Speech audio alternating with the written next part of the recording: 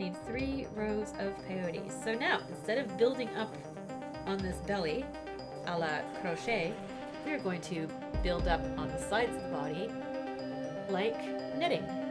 We're going to go back and forth, putting a bead in between all of these spaces that the brick stitch created in its increase-decrease process.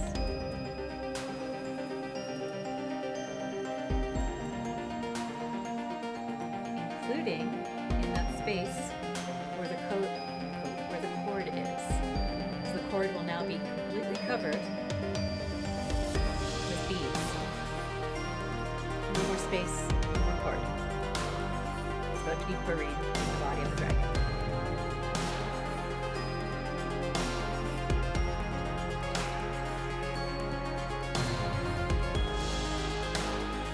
Here's also an example where you'll see the spacing that was made by the increasing, decreasing of the brick stitch being closed up on the peyote stitch.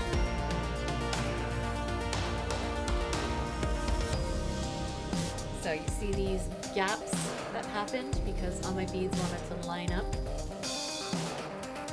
with the clusters of 3. I am going to use the treasure beads to force those beads